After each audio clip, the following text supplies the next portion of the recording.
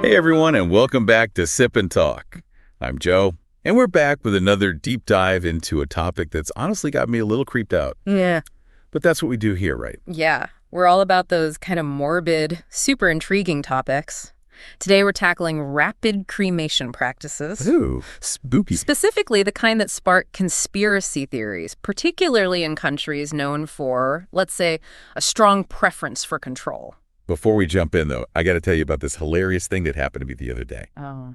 So I'm at the grocery store, and I reach for this carton of milk, right? Turns out the bottom is totally soaked.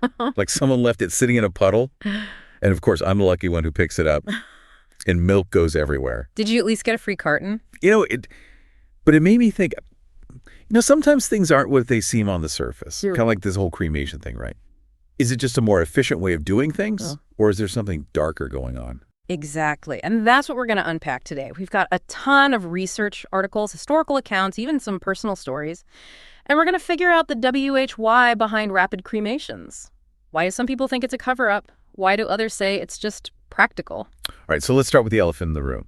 When you hear rapid cremation, and then you think about countries with, shall we say, a less than stellar track record on transparency, what's your first thought? Cover-up or just cultural differences? I think it's human nature to jump to that cover-up conclusion, especially with certain countries. But remember, we're all about evidence here, not just gut feelings. There are definitely legitimate reasons for rapid cremation in certain situations. Okay. Think about the COVID-19 pandemic. Yeah, that's a great example. Yeah. Countries all over the world using cremation to prevent the spread of the virus. It was a matter of public health. Remember those stories from Italy and Spain, where hospitals and morgues were overflowing? Absolutely. In those cases, cremation was a necessary measure to manage the crisis. But the key difference is transparency. Other countries were open about it. Families were involved in the process. That's not always the case everywhere, which feeds into the suspicion. Okay, so context is key. Rapid cremation during a global pandemic. Totally understandable. But what about outside of those emergency situations, when there's no massive outbreak to explain it? Well, here's where it gets interesting. China, for example, has been pushing for cremation since the 1950s. They claim it's about land conservation, environmental concerns, and even social management. Right, and their cremation rates are super high, especially in urban areas. But it's funny, Japan and South Korea also have really high cremation rates, like over 90%. Wow. But no one's accusing them of covering up mass murders or anything. That's because they have systems in place that allow for transparency. Families can request autopsies. They're involved in the process. That makes a huge difference in terms of public perception. It's like the difference between your doctor telling you need surgery and just knocking you out and operating without explaining anything. You'd be a little freaked out in the second scenario, right? Exactly. So it's not just the act of cremation itself, but the lack of transparency and choice that makes people suspicious. And that's especially true in countries where the government has a history of, well, let's just say, not being completely forthcoming with information. You're not wrong about that. All right, so we've talked about public health emergencies and cultural norms, but there's another piece of the puzzle here. Oh. And that's the whole idea of government efficiency. Ooh, that's a good one. Yeah. That's a fascinating angle. We know that some governments really prioritize speed and efficiency, even if it means cutting corners.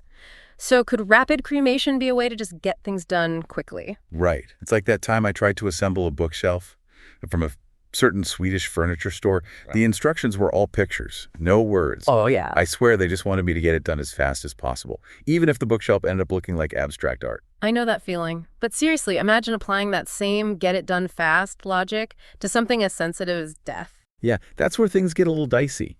In Western legal systems, investigations can take forever, right? It's all about due process and making sure every detail is examined. Yeah. But in other systems, it's more about maintaining order and control, even if it means sacrificing transparency. And that's where the conspiracy theories start to gain traction. When you have a government that's known for prioritizing control over individual rights, and then you see things happening quickly and quietly, it's easy to assume the worst. Okay, so we've got public health, cultural norms, government efficiency, but let's not forget about the big one, distrust. Ah, yes, the foundation of any good conspiracy theory. Seriously, if there's a history of cover-ups, misinformation, or just a general lack of transparency, people are going to be skeptical no matter what the government says. It's like that time I ordered a designer handbag online for a steal, and it arrived looking like it was made out of a plastic tablecloth. Oh, no. I learned my lesson about trusting too good to be true deals, especially online. Oh, man. That's rough. But I see your point. When you've been burned before, you're less likely to believe things at face value. Exactly. So when you combine that pre-existing distrust with a government that's known for controlling information, it's like a recipe for conspiracy theories to flourish. All right, we've laid out a lot of groundwork here, but I'm ready to dive into some specifics. Let's talk about some actual cases where rapid cremation sparked controversy and get into the nitty-gritty. What do you say? Let's do it. I think these cases will really highlight the complexities of this issue. All right, so let's rewind back to the early days of COVID-19.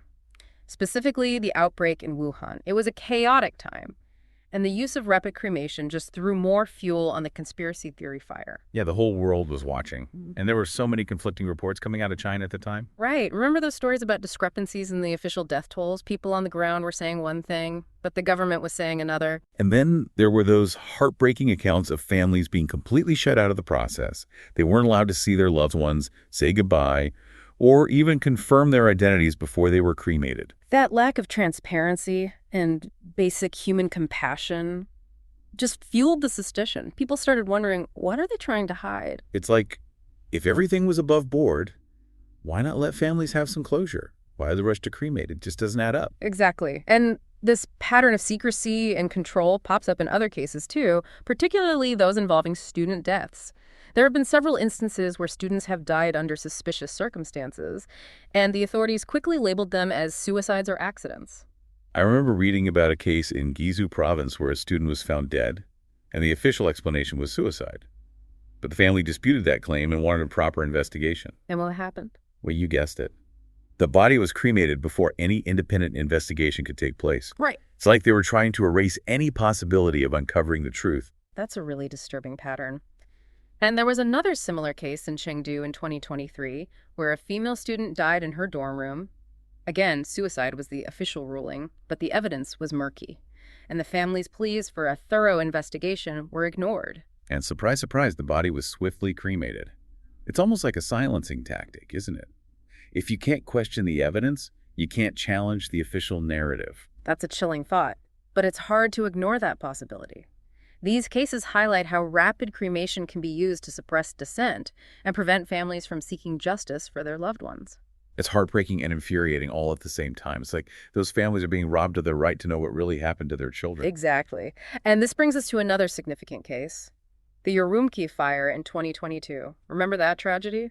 A fire broke out in an apartment building in Xinjiang province, and the official death toll was suspiciously low. Yeah, but videos and eyewitness accounts circulating online painted a very different picture. People were saying the actual number of victims was much higher. And once again, rapid cremation was used, making it virtually impossible to verify the true number of deaths.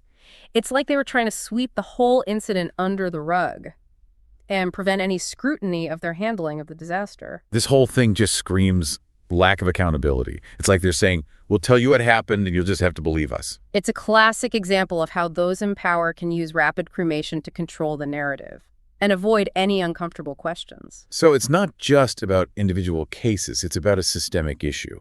But let's zoom out a bit and talk about the motivations behind these actions. Why would a government be so insistent on using rapid cremation in these situations? Well, there are a few key factors at play. First, there's the desire to control information and suppress any form of dissent. So by quickly cremating the bodies, they're eliminating potential evidence that could contradict their version of events. Exactly.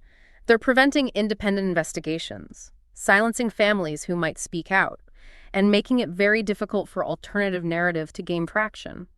It's all about maintaining their grip on power and control. It's like they're saying, don't question us. Just trust that we know what's best. Right. And then there's the broader goal of maintaining social stability. They see any challenge to their authority or any potential for public unrest as a major threat. So by quickly resolving these incidents, they're trying to prevent public outcry or protest that could destabilize their regime. It's like they're prioritizing order over justice. Exactly. And let's not forget that this behavior is rooted in historical and systemic factors. There's a long-standing culture of silencing dissent and prioritizing swift action, often at the expense of transparency and due process. So this isn't just a few isolated incidents. It's a deeply ingrained way of thinking and operating. Right. And this approach has serious consequences. It erodes public trust, creates a climate of fear and self-censorship, and ultimately hinders the development of a truly open and democratic society. Okay, so we've seen how these practices play out in China. But how does that compare to what happens in countries with more robust legal systems and a greater emphasis on individual rights? That's a great question. The contrast is pretty stark, to say the least. So we already touched on Japan and South Korea, where families have more options and there's greater transparency. But what about somewhere like the United States, where individual rights are fiercely protected? Well, in the U.S., if someone dies under suspicious circumstances, there's a meticulous police investigation. And depending on the case, an autopsy is almost always performed. And families have the right to request independent autopsies if they have any doubts about the official findings, right? Absolutely. They have a voice in the process and legal avenues to pursue if they believe there was negligence or foul play. It's a completely different system with different values and priorities. It's like night and day. In one system, it's all about getting to the truth no matter how long it takes. In the other, it's about controlling the narrative and maintaining order. Exactly. And this difference in approach has far-reaching consequences. When a government consistently prioritizes control and stability over transparency and accountability, it creates a ripple effect throughout society. So what are the long-term consequences of these practices? How do they affect the lives of everyday people? Well, for one thing, it breeds a deep sense of distrust in the government. When people feel like they're being kept in the dark, they start to question everything. It's like that time I bought a vintage record player online, and it turned out to be a cheap knockoff. Oh, no. I was so disappointed I learned the hard way that you can't always trust what you see online. I feel your pain. But seriously, imagine that feeling of being tricked or misled, and apply it to your government and the information they're feeding you. That's what many people in these situations are dealing with on a daily basis. It's like living in a world where you can't be sure what's real and what's not. Exactly. And that constant uncertainty can be incredibly stressful and demoralizing. It can make people feel powerless and afraid to speak up. So it creates a culture of silence and self-censorship. Exactly. People become afraid to ask questions or challenge the official narrative because they don't know what the consequences might be. Wow, this is pretty heavy stuff. I need another sip of my drink after all that. But before we wrap up this deep dive, I wanted to shift gears for a moment and talk about something a little more lighthearted. Something to cleanse the palate after all this talk of conspiracies and cover-ups. Sounds good to me. I just want to give another shout out to Micky from Mickytolife. His channel is a treasure trove of inspiration, and he's a huge Sip&Talk fan. Absolutely. Make sure to check him out and maybe even share your awesome podcast intro with him once you've created it. Be sure to subscribe and hit the notification bell so you don't miss out on any of the fun. Perfect. All right, folks, that's it for this week's deep dive into rapid cremation practices. We've covered a lot of ground today, and it's clear that this is a complex issue with no easy answers. But we hope this conversation has given you some food for thought and maybe even inspired you to learn more and take action. As always, thanks for tuning in to Sip and Talk, and we'll see you next time for another deep dive into the weird, wild world we live in.